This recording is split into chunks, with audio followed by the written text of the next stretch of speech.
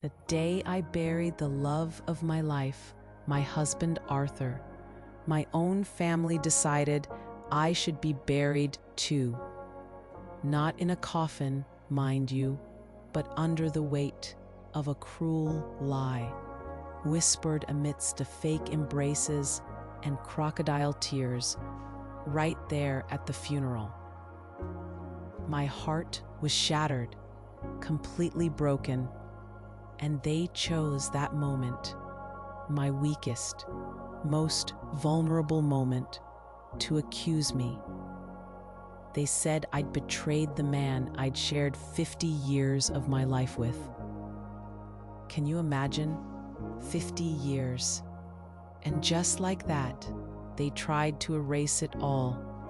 That lie, it felt like a poisonous seed, planted deep, and it started to grow so fast. I saw a coldness I'd never known before in the eyes of my elder son, David, and my daughter-in-law, Victoria. She'd just avert her gaze. It was a contempt that cut deeper than any knife. They didn't see me as a mother anymore, or a grandmother. No, I was a villain now. Someone who needed to be punished, a stranger, right here in my own home, the very home where I'd raised them.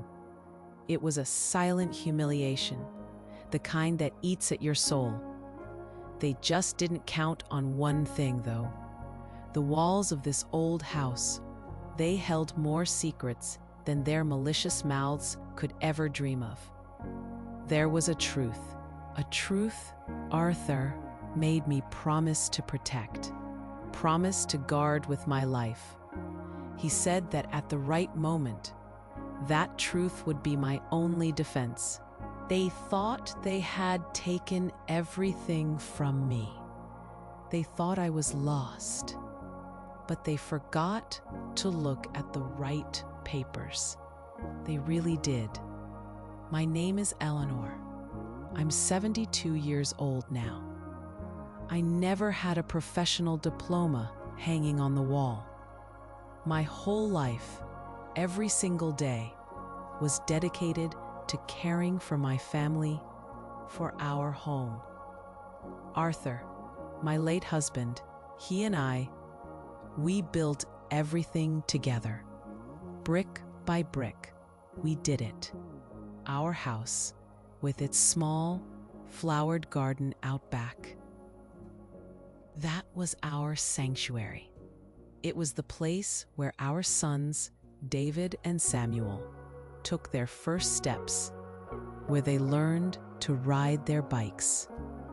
It's where our grandchildren would run around on Sundays, their laughter filling every room. Before Arthur's passing, my life was simple.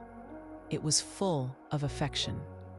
Mornings were always about the smell of fresh coffee and the sound of his laughter echoing through the kitchen. I was the matriarch, you know, the one everyone came to for advice, the safe harbor everyone ran to when things got tough. Arthur always told me, with that little knowing smile of his, to never forget where we came from. He'd point to the very structure of this house, the foundation, and he'd say, "Eleanor, this house is your fortress. It was yours before it was ours." I never fully understood the true weight of those words then. They just seemed like one of his sweet, thoughtful things. But I kept them in my heart, always. He also left me an old wooden box. It was tucked away in his office cabinet, full of documents, and he made me promise, with a serious look, that I would guard it with my life. I honestly thought it was just his careful way of being. You know, just meticulousness for old papers that told our story, our family history. Little did I know, truly, that within that box, within those yellowed documents, lay not just our past, but the absolute key to my future. It was right there all along. In my innocence, I really believed the love we built, the 50 years of it, was our greatest asset. I believed it was enough. I had no idea that a piece of paper, a simple old document, could ever be worth more, mean more than a lifetime of dedication, than half a century of shared life. My name is Eleanor. I'm 72 years old now. I never had a professional diploma hanging on the wall, not a single one. My whole life, every single day, was dedicated to caring for my family, for our home. Arthur, my late husband, he and I, we built everything together. Brick by brick, we did it. Our house, this very house with its small flowered garden out back, that was our sanctuary. It was the place where our sons, David and Samuel, took their first steps, where they learned to ride their bikes on the path.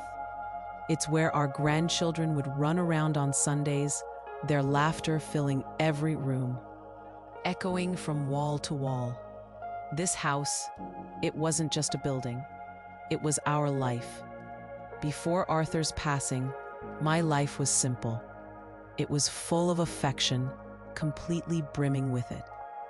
Mornings were always about the smell of fresh coffee, brewing slowly, filling the kitchen with its warmth, and the sound of his laughter, deep and comforting, echoing through the kitchen, especially when he'd tell some silly joke or read something funny from the newspaper. Those were the mornings.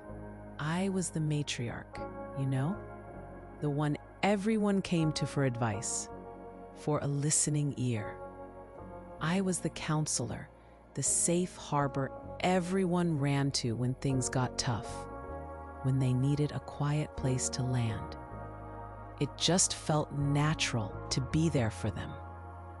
Arthur always told me, with that little knowing smile of his, to never forget where we came from. He'd point to the very structure of this house, the foundation, the sturdy walls, and he'd say, "Eleanor, this house is your fortress. It was yours before it was ours." He said it so often, so calmly. I never fully understood the true weight of those words then. They just seemed like one of his sweet, thoughtful things, a gentle reminder of our shared journey. But I kept them in my heart, always. I held on to his words like a precious memory. He also left me an old wooden box. It was tucked away in his office cabinet, a bit dusty, full of documents. And he made me promise, with a serious look, his eyes fixed on mine, that I would guard it with my life. He was very specific about it. I honestly thought it was just his careful way of being. You know, just meticulousness for old papers that told our story, our family history, all our shared memories. He was always so organized with our important documents. Little did I know truly that within that box, within those yellowed documents, lay not just our past, not just the story of us, but the absolute key to my future. It was right there all along. In my innocence, I really believed the love we built, the 50 years of it, all that shared life, was our greatest asset. I believed it was enough. I had no idea that a piece of paper, a simple old document, could ever be worth more, mean more than a lifetime of dedication.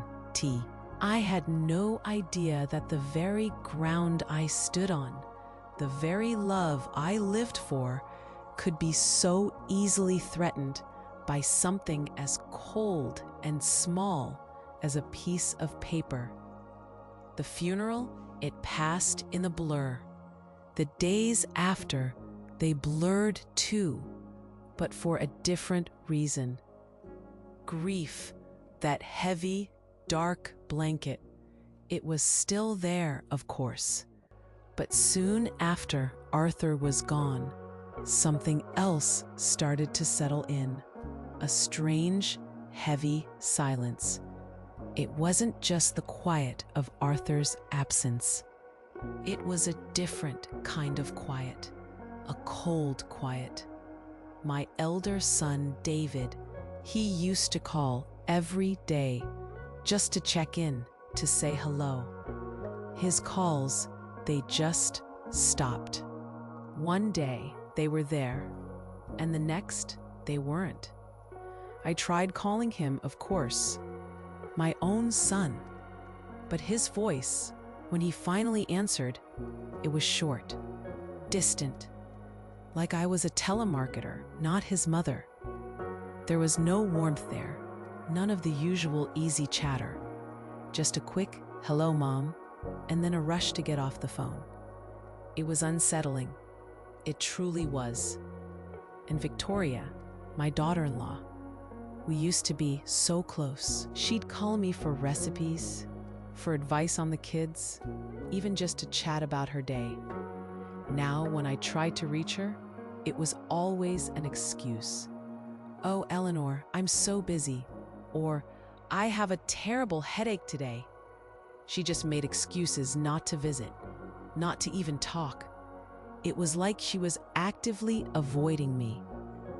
The way she used to laugh so freely with me, it was gone, replaced by a strained politeness or nothing at all. My grandson, little Arthur, named after his grandfather, he used to run into my arms. His hugs, they were always so easy, so full of affection. But then they became hesitant. He'd look at me, then at his mom, Victoria, before slowly, almost nervously, giving me a quick squeeze. It was like he'd been told something, as if he'd been told to be careful around me, to keep his distance. It broke my heart a little every time. My sweet grandson. What could possibly have changed so much? I began to feel like a ghost in my own life, in my own house. Promises that were made right after the funeral, about helping me organize Arthur's belongings, about going through his things together, they were all forgotten. No one brought it up again. The invitation for Sunday lunch, a tradition we'd had for decades, where the whole family would gather around our big dining table. That invitation just never came again. The phone stayed silent on Sundays. So I spent my days wandering through this silent house. It felt so big, so empty now. I'd walk from room to room, touching things, remembering. I'd spend hours in the garden, watering the plants Arthur loved so much. His roses, his hydrangeas. Each petal, each leaf felt like a memory. But even there, surrounded by his favorite things, I felt it, the immense weight of loneliness, and with it, a deep, gnawing confusion. Why? Why were they treating me like this? What had I done? What could I possibly have done so wrong to deserve this kind of coldness?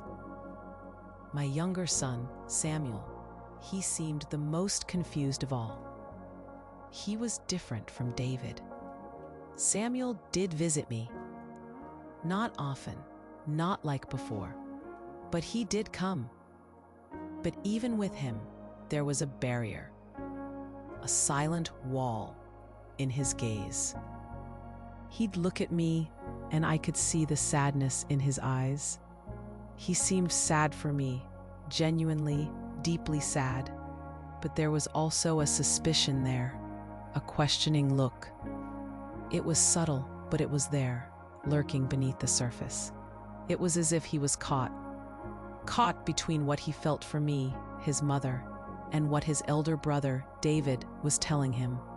I could almost see the struggle playing out in his eyes, the conflict he was having, the pain of losing Arthur, my dear Arthur. That was immense, a gaping hole in my chest that hurt every single second of every day.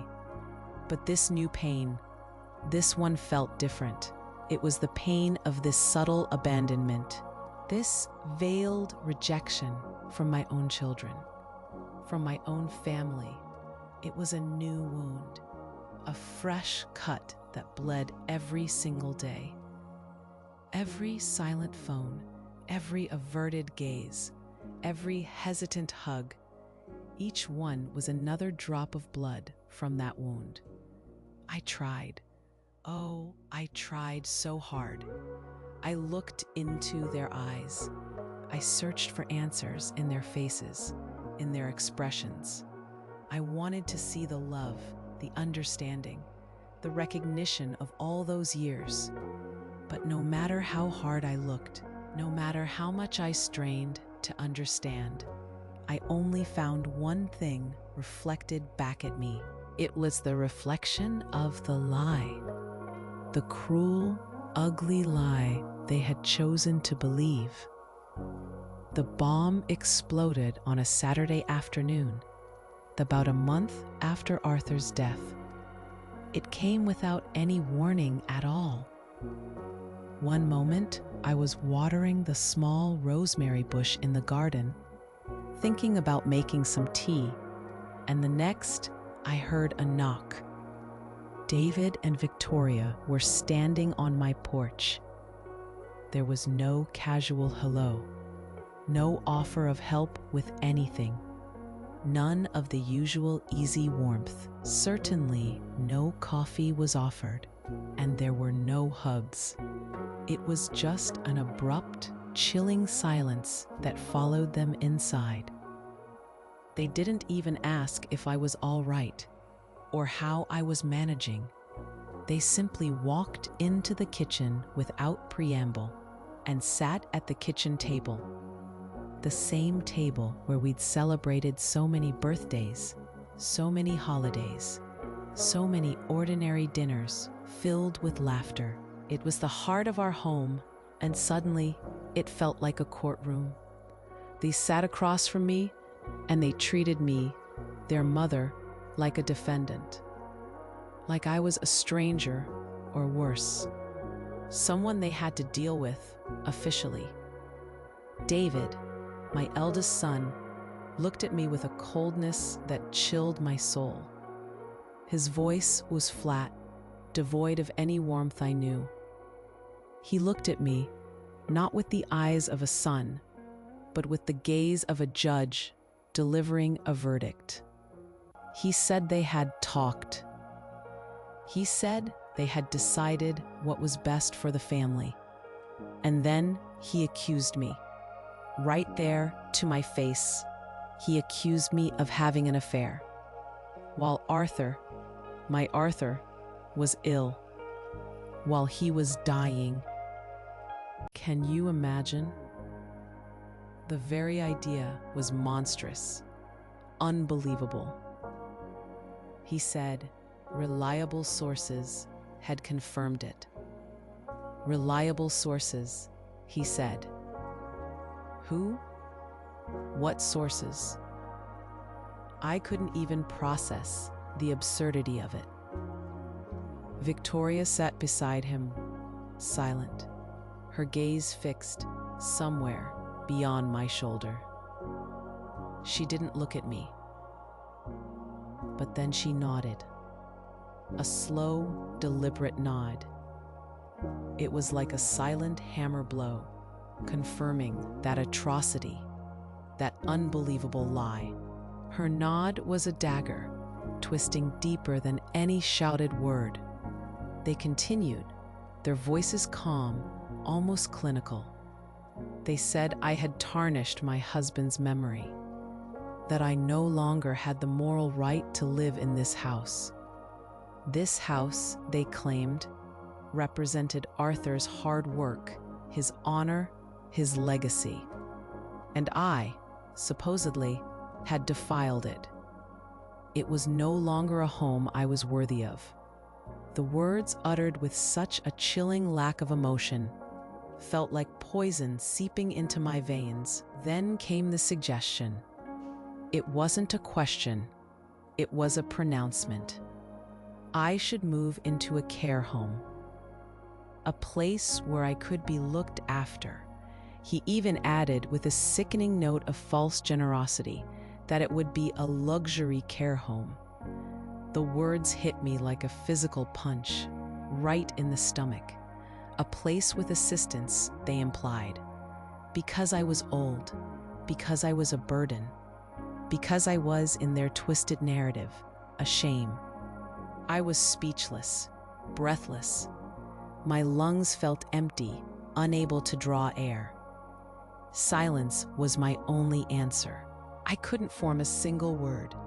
My mind reeled, trying to comprehend the magnitude of their cruelty. The humiliation wasn't in shouts or in anger. There were no raised voices. It was in the cruel calm with which they pronounced my sentence. Their faces were impassive, almost clinical. It was a cold, calculated cruelty, and that made it so much worse. I looked around my kitchen, at the walls painted the soft yellow Arthur loved, at the photos on the fridge, snapshots of happier times, of our children growing up. My eyes fell on Arthur's empty spot at the table, the chair pushed slightly back, just as he left it, and I felt the floor disappear beneath me. The world tilted. They weren't just accusing me of something I didn't do. They were erasing me, expelling me from my own history, from 50 years of shared life, from the very fabric of my existence. It was as if I had ceased to be Eleanor and had become merely an inconvenient obstacle. In that moment, I understood that their greed was so immense, it needed to invent a lie to justify stealing my dignity. As David's cruel words echoed in the kitchen, hanging in the air like a thick, poisonous fog, something unexpected began to stir within me. It wasn't the sudden, fiery rage I might have felt in my younger days, and it certainly wasn't the kind of deep, heartbroken sob that had seemed to define my life since Arthur passed. Instead, an odd, cold strength began to bloom in the very center of my chest. It was a sharp, clear feeling, like a sudden awakening after a long, disorienting dream. All the swirling confusion, all the suffocating grief, it just cleared away for a moment, leaving behind an unsettling yet powerful clarity. I didn't cry, not in front of them. My eyes, though stinging, stayed dry and steady. I didn't scream, didn't argue a single point. My hands, clasped tight in my lap, didn't tremble with fear. I just sat there, remarkably still, watching them. Watching David, watching Victoria. I memorized every harsh line around David's mouth, every flicker of hidden triumph in Victoria's eyes, every trace of the contempt etched onto their faces. Their calm, calculating cruelty was more shocking than any shouting match. Inside, yes, my heart was still in tatters, a ragged, bleeding mess. Every accusation felt like another jagged tear in my soul. But on the outside, I became something else entirely. A fortress of silence, impenetrable, unmoving. They thought I was broken, utterly defeated. They truly believed they had won. But I was just watching, just waiting. My mind, usually so cluttered with worries, had found a single, unwavering focus. Finally, they stood up. David repeated his ultimatum, his voice as cold and flat as before. "Think about the offer, Mom," he said, as if being unbelievably generous, as if moving me to a care home was a benevolent proposal, not a banishment. Victoria gave another small, almost imperceptible nod. Then they turned and left as abruptly as they had come. The front door clicked shut, and the silence that followed felt different this time. It wasn't the heavy, lonely silence of grief anymore. It was a quiet, watchful silence. A different kind of expectation hung in the air now, a tension I had created with my calm. I didn't run to my room to collapse into sobs. Not this time. My legs felt strangely steady as I pushed myself up from the kitchen table. My mind was unusually clear. I walked straight to Arthur's old office cabinet. It stood in the corner of the living room, a solid dark wood piece. His papers, his books, they were all still there. I opened the small, locked compartment at the bottom, the one he always kept private. The key, old and small, was hidden just where he always kept it, tucked beneath a loose floorboard nearby. And there it was, nestled within that small compartment, the old wooden box, the one he had so carefully placed in my hands not long before he passed, the one he made me promise I would guard with my life. He looked at me with such intensity that day, his eyes holding a depth of feeling I hadn't quite understood until now. My hands trembled now, not from fear or sorrow, but from a strange mix of anticipation and something like vindication, a quiet power. I took the box out, carefully, the old wood surprisingly heavy, and sat down on the cool, polished wooden floor right there in the living room, surrounded by our memories. With a deep, steadying breath, I opened it. The tiny brass hinges creaked softly, a familiar, comforting sound. Inside, it was just as I remembered. Old, faded certificates, some yellowed photos of us from when we were young, tickets from trips we'd taken decades ago, carefully pressed.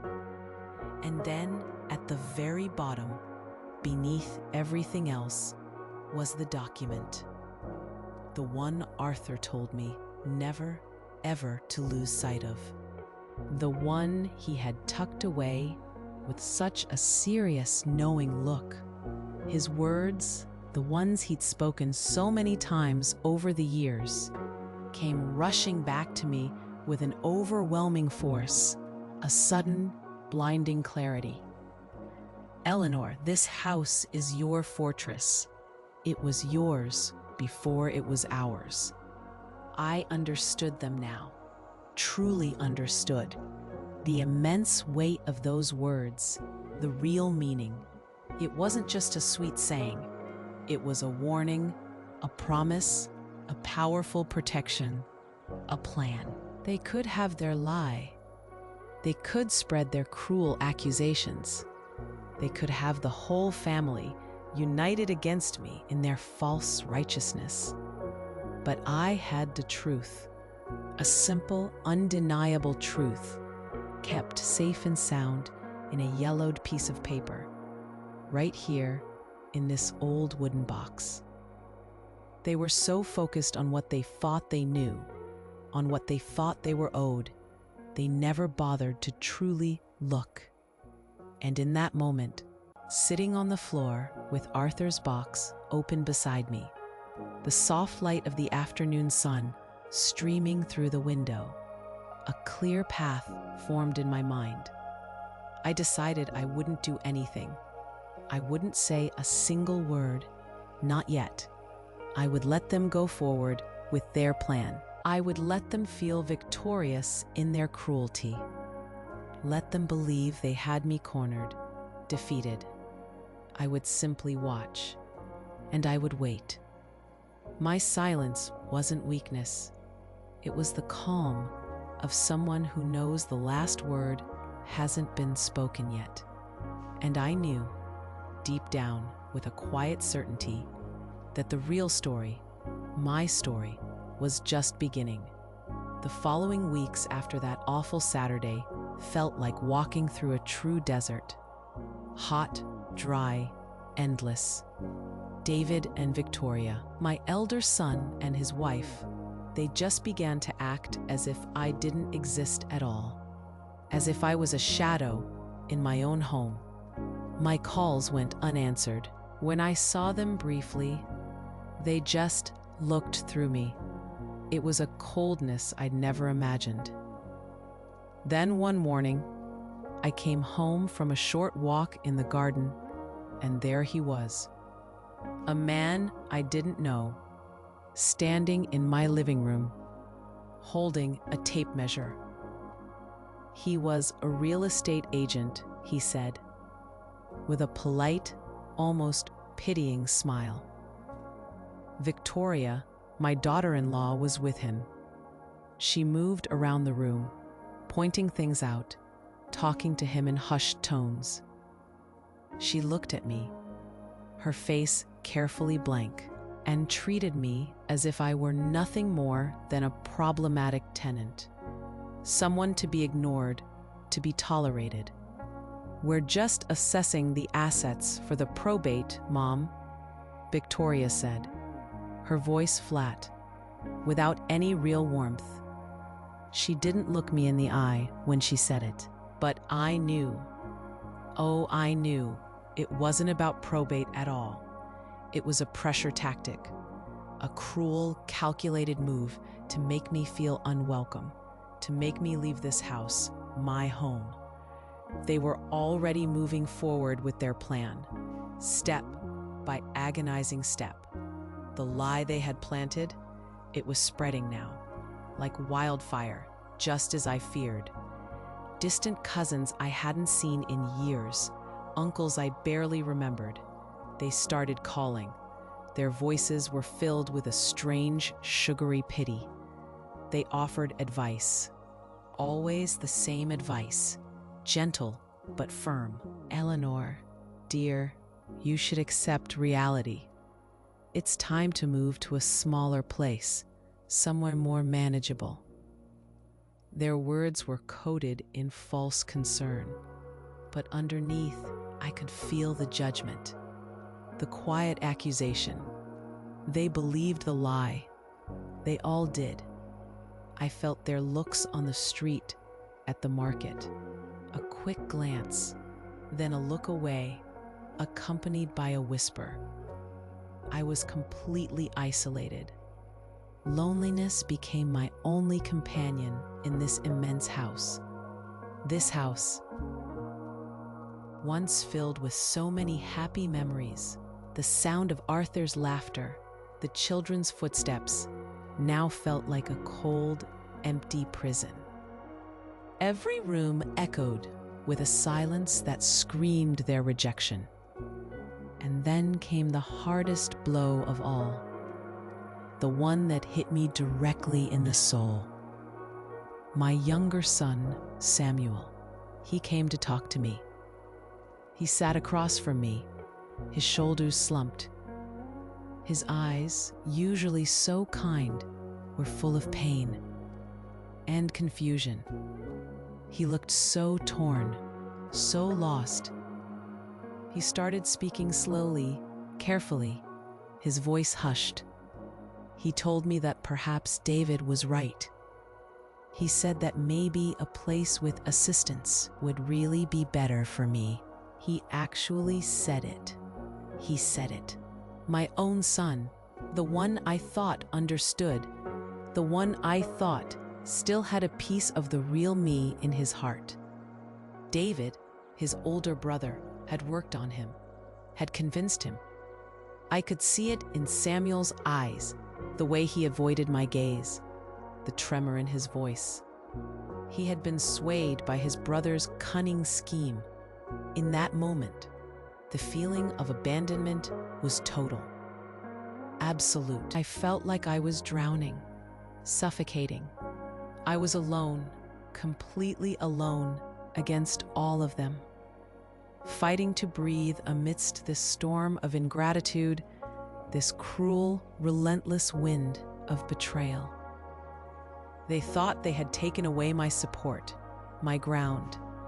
They believed that by doing this, I would finally collapse. I would give in.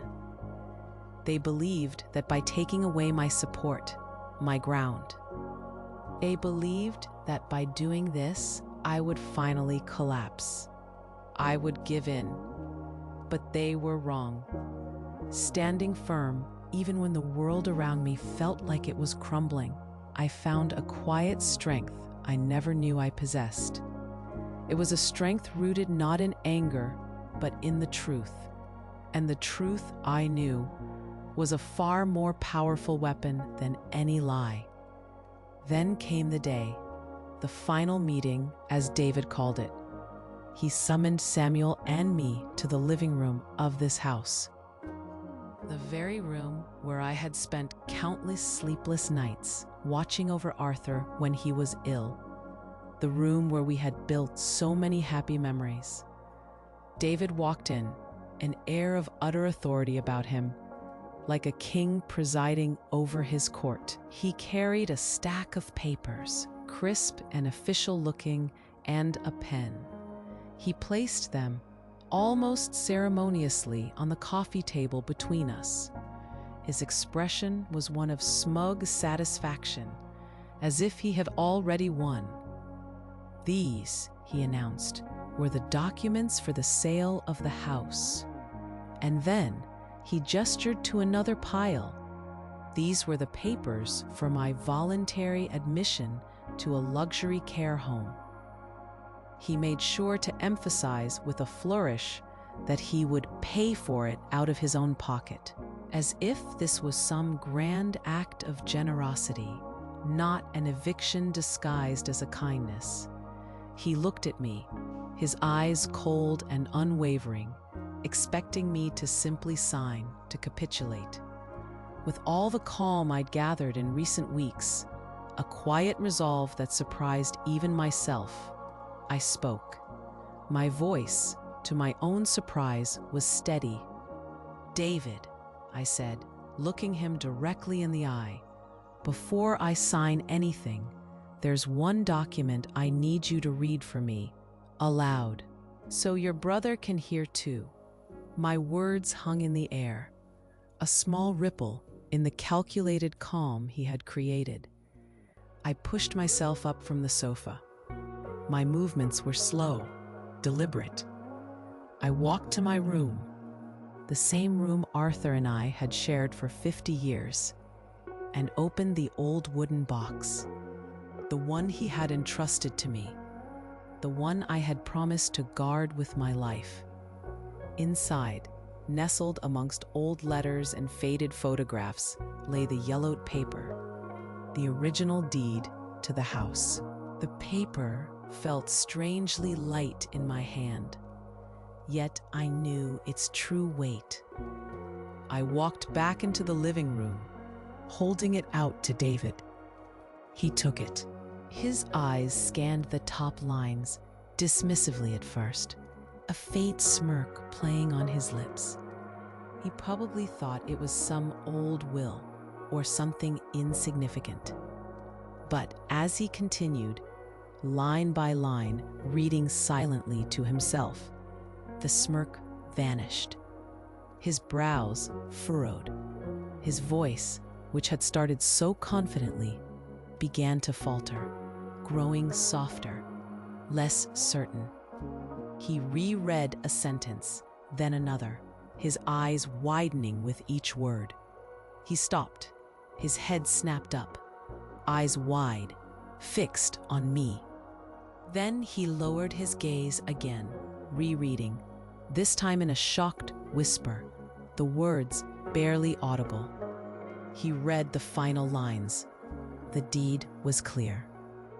So utterly, undeniably clear. This property, this house, this land we were sitting on, it had been a wedding gift from my parents 50 years ago, registered solely in my maiden name, my name. Arthur, my dear Arthur, out of love, out of respect for me, had never wanted to alter the registration. Not once in all our years. The house, the land, everything legally was mine, and mine alone. The daddy's inheritance they so greedily coveted, the one they had built their entire cruel plan around, simply didn't exist. The house where they grew up, where they had laughed and played, where they were now trying so desperately to humiliate and expel me from, belonged solely to me. It had always been mine. A deadly silence filled the room. The shock on David and Victoria's faces was absolute, a sickening blend of disbelief and dawning horror. Victoria, who had been watching David with an air of smug anticipation, stiffened. Her eyes darted from the paper in David's hand to my face, then back again, confusion slowly dawning, then turning to a sickening realization.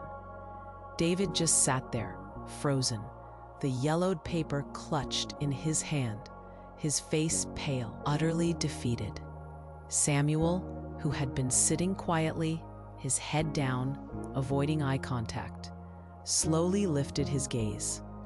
His eyes met mine across the room, and in them I saw it, not just confusion, but a dawning, terrible shame.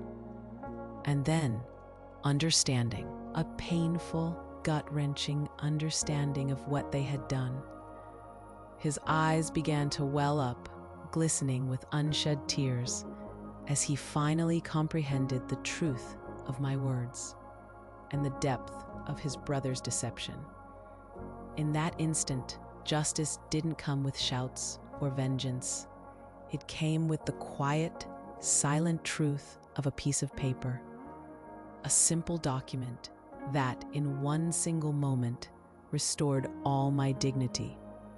After that, after the silence of the paper's truth filled the room, David and Victoria, my elder son and his wife, they just stood up. They didn't say a single word, not a sound. No apologies, no explanations, no protests, nothing. Their faces were still frozen in that mix of shock and utter disbelief, like they'd just seen a ghost. I just turned, walked out of my house, the house that was always mine, and they never came back. Not once. The front door closed with a soft click, and that was that. A chapter, and he begged for forgiveness. A raw, choked sound that came, I knew, from the deepest part of his soul. My heart ached for him. Truly it did. But I didn't rush to embrace him. Not yet. I just looked at him, and I said, my voice soft but firm, that forgiveness is a long road, and that the first step on that road, the very first one, was for him to forgive himself. To forgive himself for having doubted me, for having doubted a lifetime of love and truth. It wasn't a coldness, you understand, just a necessary distance, a space for healing. My life didn't magically transform into some kind of fairy tale after that day. Oh no. The pain of the scars, the deep ones left by their betrayal, they still exist. They're still there, a quiet ache sometimes, especially when I think of what we lost. But something else returned. Peace. True peace. It came to live with me again, right here in my house. The suffocating weight, the constant dread, it just lifted. I regained control.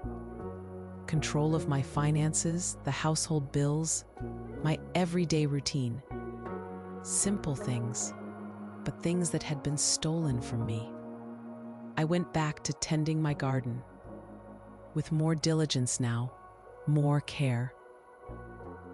Every morning, I'm out there, feeling the sun on my face, the soil between my fingers, every rosebud that unfurled, every hydrangea that bloomed with its vibrant color.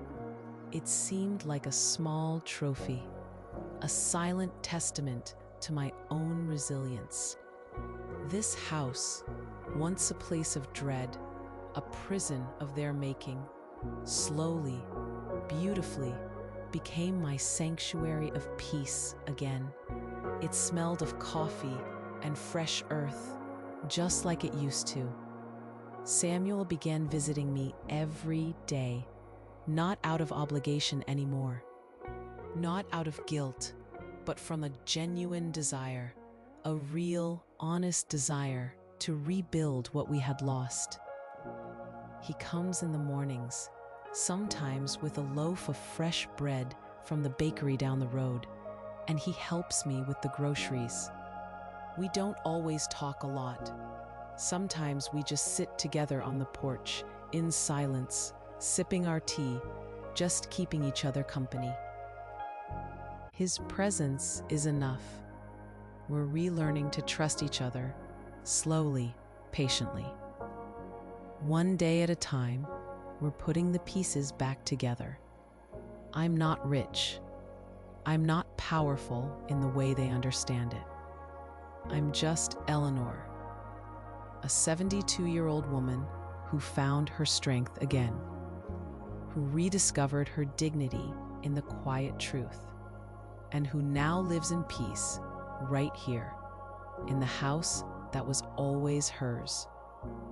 The greatest inheritance Arthur left me wasn't the house, but the lesson that our true worth isn't in others' opinions, but in the strength we hold in silence.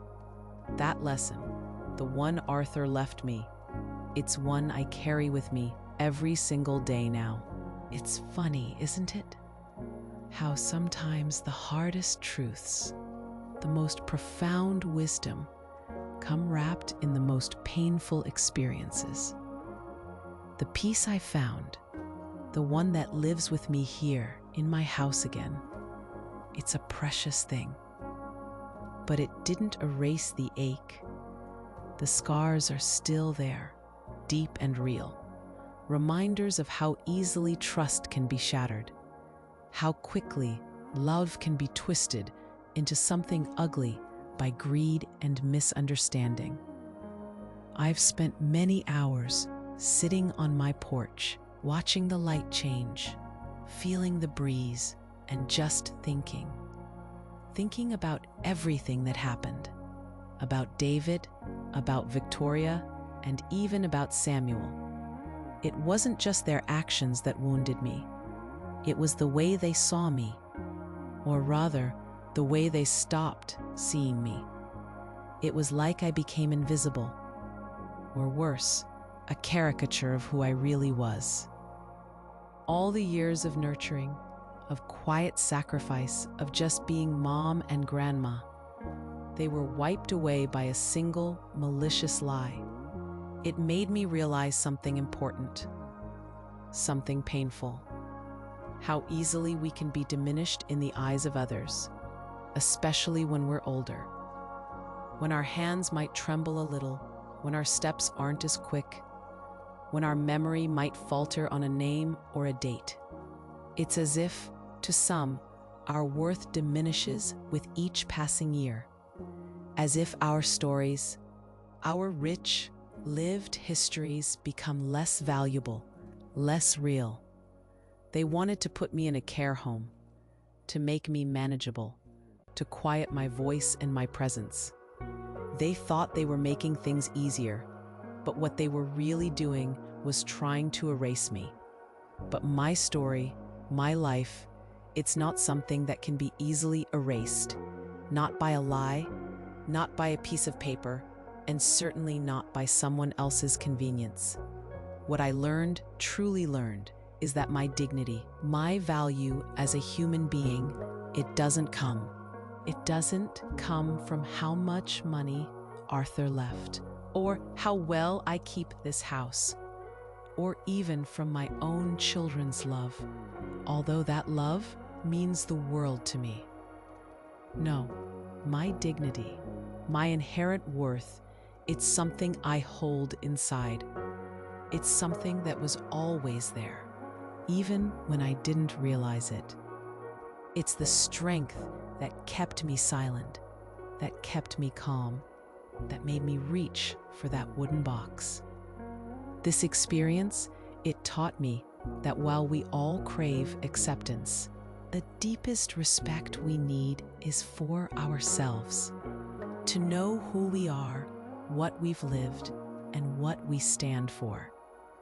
And to understand that no one, absolutely no one, has the right to take that away from us. Not with cruel words, not with false accusations, not with dismissive gestures, especially when you're older and perhaps more vulnerable. People can sometimes forget the lifetime that came before. The person who stood strong, who worked hard, who loved fiercely. They can look at an older person and just see an obstacle, a burden, or someone to be managed. But we are still here. We are still people. We still have our stories, our minds, our hearts, and our dignity. Samuel and I were slowly rebuilding. It's not easy, and it won't ever be exactly the same. But he's learning, and I'm learning to trust again, little by little. He sees me now, I think, truly sees me.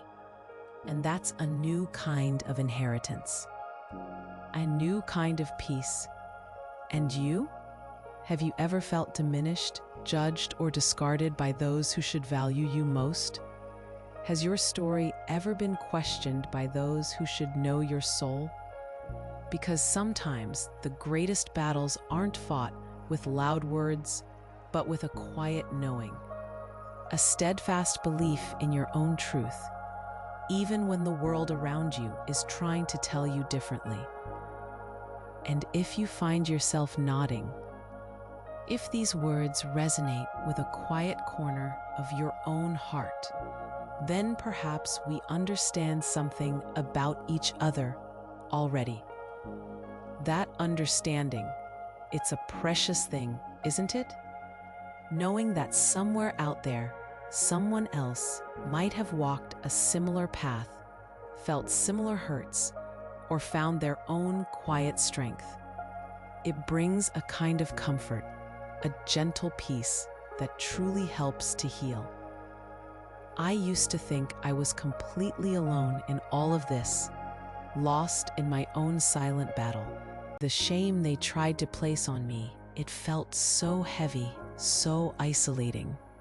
But sharing my story, even just with you, makes me feel connected. It reminds me that we are all, in our own ways, searching for a place of peace, a way to stand tall, even when the world tries to bend us. There's a quiet power in recognizing kindred spirits, those who understand the unspoken struggles.